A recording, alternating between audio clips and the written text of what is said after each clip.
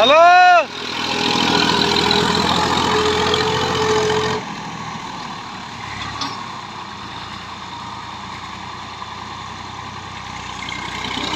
पट्ठे वाही जाते आ वेख लो जी।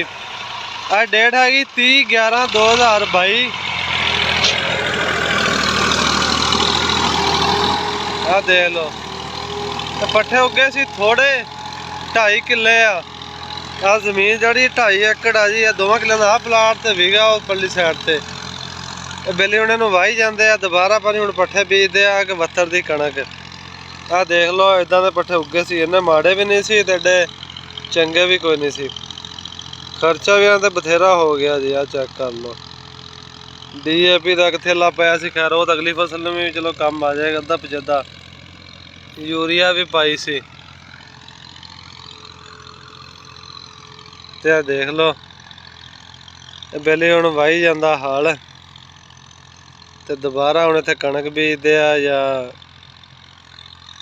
पट्ठे बीजणगे। मेरा तो ख्याल है कि बत्तर की कणक ही बीज होएगी हुण, क्योंकि जमीन पहले ही बहुत बत्तर आ। देख लो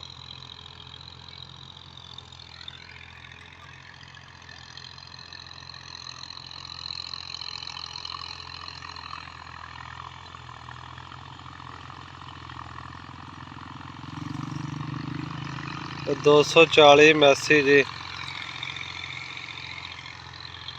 आ देख लो आसे पासे पट्ठे इधर भी बरसीन दे खड़े आ। कणक भी आ किते ना समझो कि घाह वगैरह ही वाही जाते आ।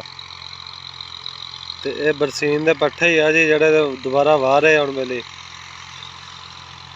बड़ियां मुश्किलात आ जिमीदारां नूं बेचारियां नूं। कपाह दा रेट कोई नहीं गा ते खादां जिहड़ियां सस्तियां होईयां भी दोबारा लभदियां कोई नहीं पईयां।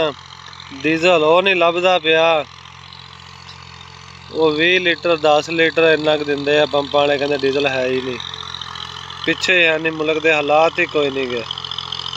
आ देख लो जी बेली मस्त हो के लगा खड़ा हुण वाहण।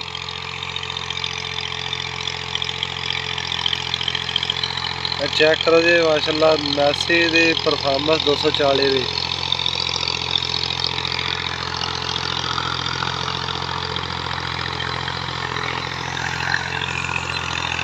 चेक करो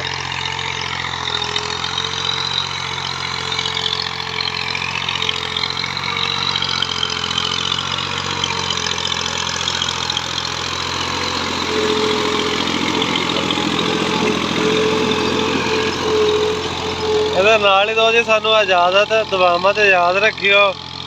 अल्लाह हाफिज़।